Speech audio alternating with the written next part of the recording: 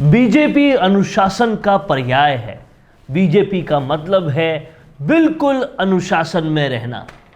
यह अक्सर बीजेपी के लिए कहा जाता है, लेकिन जब आप रियल एनालिसिस करने निकलते हैं, जब ज़मीन पर चीज़ों को देखते हैं, तो असलियत कुछ और ही मालूम पड़ती है। कुछ दिनों पहले तक किरोड़ी लाल मीणा के धरने प्रदर्शन करने पर नोटिस निकालकर कहने वाले कि बिना पार्टी से पूछे धरने नहीं कर सकते आप, वो पार्टी अध्यक्ष सतीश पूनिया जैसे ही अध्यक्ष की कुर्सी से उतरे, बिना किसी से पूछे, बिना किसी से बात किए निकल गए रैलियां करने के लिए। तो क्या आप पर लागू नहीं होता वो आदेश जो आप ही ने निकाला था अपने अध्यक्ष पद पर रहते हुए? या कहीं ऐसा तो नहीं कि उसी आदेश की वजह से अध्यक्ष पद चला गया? कई सारे सवाल चल रहे हैं फिलहाल की वक्त इस सियासी पूरे माहौल में। लेकिन समझने वाली बात यह है कि सतीश पूनिया अचानक उतरते ही अपने अध्यक्ष पद की कुर्सी से दूदू, भरतपुर, नागौर इतने तेजी से दौरे कर लिए, तब क्यों नहीं किए जब अपोजिशन की पूरी कमान आपके पास थी? ये सवाल बहुत लाजमी है। इन तमाम सारे सवालों पर बातचीत और सारा विश्लेषण करने के लिए मेरे साथ मौजूद हैं योगी योगेंद्र जी, जो कि कहीं ना कहीं राजस्थान की पत्रकारिता पर बहुत ही पैनी नज़र रखते हैं। राजस्थान पत्रिका जैसे संस्थानों के साथ बतौर नेशनल एडिटर काम भी कर चुके हैं, और इस पूरे वीडियो में आप पूरा विश्लेषण देखेंगे। इसके लिए इस वीडियो को आखिर तक जरूर देखिएगा। तो योगी जी, सबसे पहले सवाल यही बनता है कि अपोजिशन में जब रहे आप जनाब, पूरे अपोजिशन की जब कमान आपके पास रही, तब तो लगा कि अपोजिशन है या सिर्फ किरोड़ी लाल मीणा है, क्योंकि अपोजिशन कुछ कर ही नहीं रहा था। लेकिन जब आप कुर्सी से उतरे, एक ही दिन में 3-3, 4-4 रैलियां, क्या यह बगावत नहीं है? जब आप किरोड़ी लाल मीणा को जो पार्टी से बिना पूछे आंदोलन कर दिया तो बगावत कहते थे, क्या अब यह बगावत नहीं है? या फिर अब जो जाट समाज गुस्सा दिखा रहा है कि आपने कैसे जाट कैंडिडेट को हटा दिया प्रदेशाध्यक्ष पद से, वो गुस्सा जाट समाज में जितना है उससे कई ज़्यादा सतीश पूनिया में है, और वो गुस्सा बगावत के फॉर्म में निकल रहा है। बगावत कहाँ तक जाएगी? क्या हनुमान बेनीवाल से हाथ मिलाने तक आएगी? ये सारी बातें चल रही है। आपका पहला टेक इस पे क्या है? वरुण जी, देखिए, ये जो पिछले 48 घंटे से राजस्थान में जो घटनाक्रम चल रहा है भारतीय जनता पार्टी में, दिखने पर भले ही सब कुछ शांत नज़र आ रहा हो ऊपरी तौर पर, जैसे सतीश पूनिया ने कह दिया कि सीपी जोशी के लिए बहुत अच्छे कैंडिडेट हैं और बहुत अच्छे काम करेंगे, ये वो तमाम चीज़ें हैं, लेकिन उसके बावजूद भी कहीं ना कहीं ये बात उनके मन में, और उनके जो खास कट्टर समर्थक हैं, देखिए, भारतीय जनता पार्टी कहने को अनुशासित होगी, लेकिन अंदरूनी तौर पर उसमें गुटबंदियां, राजनीति पूरे तौर पर चलती है, ऐसा नहीं है। और ये ऐसा होता कि जो कि अनुशासन के नाम पर सब कुछ सामान्य दिखता होता, तो वसुंधरा राजे का खेमा, किरोड़ी लाल मीणा का खेमा, सतीश पूनिया का खुद का खेमा, ये जो 4-4, 5-5, 3-3, 4-4 खेमे हैं, और अभी वो गुलाब चंद कटारिया असम के राज्यपाल बन के जा चुके हैं, उनका एक अलग खेमा। मतलब ये जो पार्टी के अंदर जो खेमेबाजी जो चल रही है, वो दिखने में आपको ऊपर से नज़र आ रहा है कि पार्टी के अंदर कुछ है नहीं, लेकिन आप गौर से देखें, आप जर्नलिस्ट रहे हैं तो आप बेहतर चीज़ों को समझ सकते हैं कि आपने लंबे समय तक NDTV, GTV के साथ काम किया है, पॉलिटिकल रिपोर्टिंग की है, तो आपकी जानकारी में ये होगा कि ये जो 3-4 जो पावर बैलेंसिंग का जो बन गया है ना, जो खींचतान का है, उससे पार्टी नेतृत्व कहीं ना कहीं परेशान था। और इस बात का पार्टी नेतृत्व को डर है कि उन्होंने राष्ट्रीय स्तर पर नरेंद्र मोदी और अमित शाह ने जो इमेज बना रखी है, जिस तरह से थंपिंग मेजोरिटी से वो पिछला चुनाव और उससे पिछला चुनाव जीते हैं, वो ऐसा नहीं हो कि राजस्थान में जो विधानसभा चुनाव आने वाले हैं इस साल में, और उसके बाद जो लोकसभा चुनाव आने वाले हैं, उसमें पार्टी की फर्जियत हो जाए। पार्टी ने जो पिछली बार लोकसभा चुनाव में शानदार प्रदर्शन किया है, और ऐसा नहीं हो कि वो जो प्रदर्शन है वो कहीं हाशिए पे चला जाए। तो ये जो तमाम कवायद जो दिख रही हैं, और जो नया अवतार, जिस रूप से नया तेवर जो दिख रहा है सतीश पूनिया का, आपने जैसे बताया अभी कि वो मतलब आश्चर्य, देखिए, पार्टी पद छोड़ते ही उन्होंने दौरे स्टार्ट कर दिए। तो ये कहीं ना कहीं पार्टी हाईकमान को ये संकेत देने का तरीका है कि आपने जो किया है ना वो ठीक नहीं है, और मेरे पीछे भी लोग हैं, मतलब ऐसा नहीं है कि भारतीय जनता पार्टी सब कुछ नहीं है। ये लोग आपको तब दिखाने चाहिए थे जब आप अपोजिशन लीडर थे। कहीं ना कहीं ये स्टेप इसलिए भी लिया गया है सतीश पूनिया साहब कि आपने अमित शाह और प्रधानमंत्री मोदी को सेटिस्फाई नहीं किया बतौर प्रदेशाध्यक्ष की।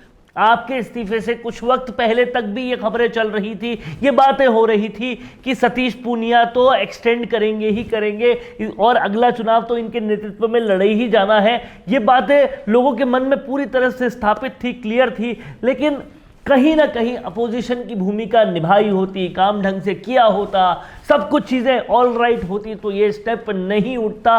और दूसरी सबसे बड़ी बात यह है, आपको पद छोड़ते ही ऐसा कौन सा दौरा पड़ गया कि आप दौरे पे दौरे करने चले गए, ये सवाल हर कहीं पूछा जा रहा है। और इससे भी बड़ी बात कहीं ना कहीं ये हो रही है फिलहाल राजनीति में कि सतीश पूनिया अचानक से ये जो बगावती तेवर है, कहीं इसके पीछे समाज की बैकिंग तो नहीं है। क्योंकि जाट महासभा ने जिस तरह से ट्वीट करके लिखा कि वसुंधरा राजे को पहले साइडलाइन करना, फिर सतीश पूनिया को साइडलाइन करना जाट समाज की अनदेखी है। और उसके बाद सतीश पूनिया का ये स्टेप वो एकदम से नागौर भरतपुर दूदू चले जाते हैं।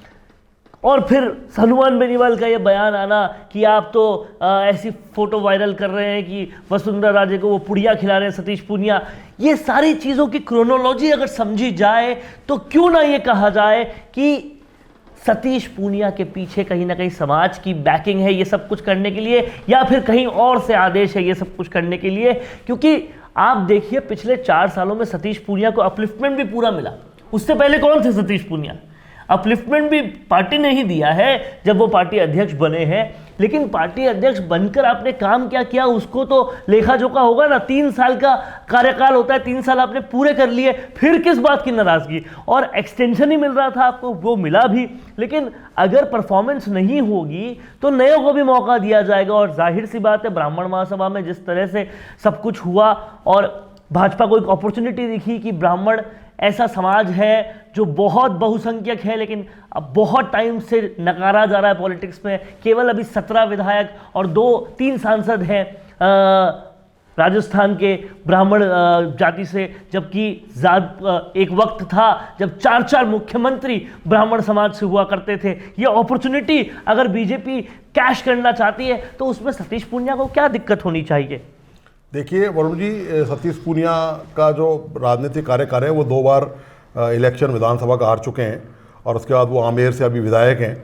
और आमेर चूँकि ये माना जाता है कि वहाँ जाटों की और ओबीसी की अच्छी तादाद है, इसी वजह से उन्होंने अपने दूसरे परंपरागत क्षेत्र छोड़कर आमेर को चुना। और आप देखिए पिछले 3-4 साल के कार्यकाल के 3 साल का कार्यकाल हुआ है सतीश पूनिया का भारतीय जनता पार्टी के प्रदेश अध्यक्ष के तौर पर। इस दौरान उन्होंने मतलब दोनों मोर्चों पर ही मुझे नहीं लगता कि उन्होंने बहुत अच्छा काम करके दिखाया। मतलब एक तरफ राज्य सरकार की जो नीतियां हैं, कांग्रेस की नीतियां हैं राजस्थान को लेकर, आप चाहे पेपर लीक का मुद्दा हो, चाहे हाल ही में पड़ोस के मुद्दे मिल रहे थे। हाँ, मतलब आप ऐसा यूँ ये कह लीजिए, आप सही कह रहे हैं कि उनको उन्होंने खुद ने अपनी तरफ से कोई ऐसा धमाका नहीं किया कि कांग्रेस का कोई भ्रष्टाचार, लेकिन उन मुद्दों को उठाया ही नहीं आपने। आप तब पेपर लीक के मुद्दे को उठा रहे हैं जब किरोड़ी लाल मीणा उठा के खत्म करके वीरांगना का मुद्दा शुरू कर चुके हैं। और आप उठा भी किस तरीके से रहे हैं, बिल्कुल भी नहीं। आपने विरोध किया, मतलब आपने ये सवाल खड़े कर दिए किरोड़ी लाल मीणा के ऊपर कि वो किस हैसियत से ये सब कार्रवाई कर रहे हैं। सवाल ये कि आपकी पार्टी का एक सांसद है जो इतना बड़ा राज्य में जो जिससे लाखों युवाओं का भविष्य जुड़ा हुआ हो, जिसकी तबीयत खराब होते हुए भी वो सारे विपक्षी दल उठा रहे हैं, जिसको तमाम हनुमान बेनीवाल इस मामले में इतने मुखर रहे, उन्होंने जमकर बयानबाजी किए, धरने किए, प्रदर्शन किए दोनों माफियाओं में, मतलब दोनों मामले में, खनन माफियाओं, दूसरे माफियाओं को लेकर और पेपर लीक प्रकरण को लेकर। लेकिन सतीश पूनिया का जो अंदरूनी जो गुटबाजी है वो चाहे किरोड़ी लाल मीणा से रही हो, चाहे वो वसुंधरा राजे से रही हो। पिछले दिनों आप देखिए कि जब वसुंधरा राजे का बर्थडे कार्यक्रम था और उसी कार्यक्रम के दिन कि चूंकि वहाँ नेता नहीं पहुँच जाए भारतीय जनता पार्टी के, उन्होंने यहाँ एक कार्यक्रम रख लिया। इसी तरह वसुंधरा राजे का एक कार्यक्रम कोटा में था गुंजल के साथ, तो वो कार्यक्रम निरस्त करवा दिया। वो ऑफिशियल कार्यक्रम था। अब सवाल ये कि गुटबंदी, अच्छा उधर इधर हो क्या रहा है, देखिए कि वसुंधरा राजे केंद्र के लगातार संपर्क में है, तो वो कहीं ना कहीं अपनी वापस पुरानी छवि जो है, जो उनके आक्रामक छवि थी, जो सबको साथ लेकर चलने की वाली जो छवि थी, उनकी इमेज थी, वो रिवाइव करने के चक्कर में है। ना सिर्फ वसुंधरा राजे, अगर आप किरोड़ी लाल मीणा का भी इतिहास देखें तो आपको याद होगी वो मीटिंग जब प्रधानमंत्री मोदी ने तमाम सारे लोकसभा सांसदों के बीच में यह बोला था कि किरोड़ी लाल मीणा ऐसे नेता हैं जो आंदोलन के मामले में सबसे आगे हैं, इनको कभी नहीं रोकना चाहिए, किसी को नहीं रोकना चाहिए। उसके बाद अगर सतीश पूनिया ऐसे आदेश निकालते हैं कि आप बिना पार्टी से पूछे आंदोलन नहीं कर आप देखिए वरुण जी, एक आदमी काम कर रहा है, किरोड़ी लाल मीणा के आंदोलन से तो बीजेपी मजबूत हो रही थी राजस्थान में, और आपने टांग खिंचाई करने के चक्कर में आपने पार्टी का जो है वो सारे कार्यक्रम, जो उफान आया हुआ था पेपर लीक प्रकरण को लेकर, और उससे पहले भी जो धरने प्रदर्शन किरोड़ी लाल मीणा किए, उन पर पानी फेर दिया। मतलब आप आपसी गुटबाजी के कारण भारतीय जनता पार्टी ने जो एक सांसद होकर, जबकि राजस्थान में कितने सारे बीजेपी के सांसद हैं, और किसी ने तो ये कवायद नहीं करी। अच्छा, टाइमिंग पर लेकर भी बहुत सवाल उठ रहे हैं। टाइमिंग पर लेकर ऐसे सवाल उठ रहे हैं कि एक तरफ राहुल की सांसदी गई, दूसरी तरफ इनकी अध्यक्षी गई, तो क्या ये भाजपा के राहुल तो नहीं है? इस तरह से मीम्स बन के सामने आ रहे हैं। तो कहीं ना कहीं राजनीतिक पार्टी को डेफिनेटली जिससे खतरा होगा, वो पार्टी जब परफॉर्मेंस बेस पे बात करेगी, सीधी सी बात है। देखिए एक बात समझ लीजिए वरुण जी, भारतीय जनता पार्टी अब उस मुकाम पर पहुंच गई है कि यहाँ छत्रप्पों की जगह नहीं है। आप यदि ये सोचते हैं कि यहाँ जातिवाद के नाम पर सरकार का आप केंद्रीय नेतृत्व को ब्लैकमेल कर लेंगे, जो कांग्रेस में जैसा कि अशोक गहलोत कर रहे हैं आपके सामने ही, कि दो अनुशासनहीनता के मामले चल रहे हैं, और उसके बावजूद भी वो मुख्यमंत्री बने हुए हैं, और पार्टी में इतना दमखम नहीं बचा कि उनके खिलाफ उस मामले में कोई निर्णय सुना सके। और सचिन पायलट कैंप इस बात को लेकर लगातार दबाव बनाए हुए है, और कांग्रेस की जो हालत पस्त हो रही है, मैं इस पर चर्चा नहीं करना चाहता क्योंकि आज आपने डिबेट सतीश पूनिया को लेकर की है, लेकिन मैं बता रहा हूं आपको कि ये उदाहरण मैंने इसलिए दिया है, ये सब भारतीय जनता पार्टी में आसानी से नहीं चल सकता। लेकिन कहीं ना कहीं ये जो कवायद सतीश पूनिया ने पिछले 24 घंटे के दौरान की है, सडन अचानक, आप देखिए इसे बगावत के तौर पर ही देखा जाएगा। और दूसरी बात, मैं आश्चर्यचकित हूं, सबसे बड़ी बात यह सवाल ये उठता है कि ऐसा क्यों? आपको 3 साल का कार्यकाल होता है एक अध्यक्ष का, नियम के तौर पर आपको वो कार्यकाल पूरा करने दिया। आप तो एक्सटेंशन पर ही थे ना, एक्सटेंशन से अगर हटा दिया तो इससे कैसे किसी जाति की नाफरमानी हो सकती है? पूरे 3 साल आपने किया ना। ये है कि हटा इसलिए दिया क्योंकि इनको बुलाकर केंद्रीय नेतृत्व ने, अमित शाह ने, जेपी नड्डा ने या प्रधानमंत्री मोदी ने विश्वास में नहीं लिया। सबसे बड़ी बात है कि भाई हम आपको हटा रहे हैं, और आपको दूसरे, ये आरएसएस आपने इनका बैकग्राउंड चेक किया होगा तो ये आरएसएस बैकग्राउंड से आते हैं, और इनके आरएसएस से बड़े, और हो सकता है पार्टी कुछ बहुत अच्छा सोच रही हो। अभी विधानसभा अध्यक्ष, विधानसभा दरअसल 2 पोस्ट खाली है। हाँ, एक तो प्रतिपक्ष के नेता के तौर पर खाली है, और दूसरा चुनाव प्रभारी जो संयोजक है राजस्थान में, उसकी पोस्ट खाली है। लेकिन जहां तक मुझे लगता है कि चूंकि यदि वसुंधरा राजे को पार्टी मान लीजिए कैंडिडेट के तौर पर आगे करती है, तो प्रतिपक्ष का नेता बनाया जा सकता है। तब तो ये है कि, और दूसरी बात ये, प्रतिपक्ष के नेता का टाइम तो बचा 6-8 महीने का है, तो ये शायद इसमें इंटरेस्टेड नहीं होंगे, क्योंकि देखिए प्रदेश अध्यक्ष पद रहते हुए तो इनके हाथ में बहुत बड़ी ताकत होती है। लेकिन आपका 3 साल का कार्यकाल पूरा हो चुका है, आप जब एक्सटेंशन पर हैं तो भैया मलाई कब तक खाते रहिएगा? आपको जगह तो देनी पड़ेगी। अगर सोशल इंजीनियरिंग की दृष्टि से भी देखा जाए तो 3 साल आपको बतौर प्रदेशाध्यक्ष रखकर जाट समाज को कहीं ना कहीं साथ दिया है बीजेपी ने, और साधने के बाद अब अगर वो ब्राह्मण समाज को टैप करना चाहती है, जिसको पिछले इतने सालों से, आप बताइए 2013 में अरुण चतुर्वेदी से पहले कौन सा ब्राह्मण अध्यक्ष था बीजेपी का? आपसे मैं एक बात और कहना चाहता हूं वरुण जी, बताइए, ये जितने भी बड़े लीडर हैं इनको सबको जाट समाज दिखता है। अब सवाल ये, जाट समाज करेगा क्या? किस किस को वोट देगा? बेनीवाल जाटों के अलग दावेदार है। मैंने यही, आप देखिए, आप डोटासरा खुद को बड़ा जाट एक वीडियो में यही बात कही थी कि जाट समाज को साधने के लिए अगर एनालिसिस करने बैठा होगा दिल्ली, तो उन्होंने देखा होगा जाट महाकुंभ। जब देखा होगा तो पता पड़ गया होगा कि कितना बिखराव है। राजाराम मील कहीं से मौसमी मिजाज से उठकर आते हैं, क्योंकि अब इलेक्शन आने वाले हैं, आयोजक बन जाते हैं। उनकी धुलाई तो हनुमान बेनीवाल ने, हनुमान बेनीवाल नहीं आते, जो सबसे सशक्त नेता है। आपके जो छात्र नेता है निर्मल, वो नहीं आते। आपके बड़े नेता तो मौजूद ही नहीं होते। तो दिल्ली को भी तो दिखता है ना। ठीक है, जाटों का राजस्थान में प्रभाव है, जाट एक बड़ी जाति है, लेकिन ओबीसी बिखराव जाति है, है, ओबीसी प्रभाव जाति है। भी है पर बिखराव भी है। ये दिल्ली को भी दिखा है, और जब उनको दिखा है तो उनको ब्राह्मण महासभा के तौर पर यह अपॉर्चुनिटी समझ में आई है कि हाँ, 2013 के बाद से तवज्जो नहीं दी गई ब्राह्मणों को, ना तो उनको बनाया गया कोई प्रदेशाध्यक्ष और ना ही कोई बड़ी पोस्ट पे भेजा गया, तो क्यों ना इस अपॉर्चुनिटी को टैप किया जाए। उनकी एकता दिखी उनकी महासभा में। देखिए, भारतीय जनता पार्टी वैसे दिखाने के लिए कुछ भी करती हो, पर जातिवाद का खेल अंदरूनी तौर पर उनमें भी चलता है। आप बताइए क्यों ब्राह्मण को ही अध्यक्ष बनाया गया? क्या पार्टी में अनुसूचित जाति जनजाति के लोग नहीं है? कि एक तरफ तो पार्टी कहती है सबको हम एक जाजम पर लेके आएंगे, ये हमसे दूर नहीं है, ये अछूत नहीं है, ये अनटचेबल नहीं है, इनको हम पूरा मौका देंगे। सोशल तो आप एक एससी के, मैं तो तब मानता जब आप एक एससी के कैंडिडेट को प्रतिशत बनाते। आप कभी आप केवल जिनका राजस्थान में वोट बैंक सर्वाधिक है, जाटों का सर्वाधिक है, आपने जाट को बना दिया, ब्राह्मणों का सर्वाधिक है, आपने ब्राह्मणों को बना दिया। आप दूसरी जो लोअर कास्ट हैं, जो बिल्कुल पिछड़ी हुई दलित कास्ट हैं, आप उनको नहीं बनाते।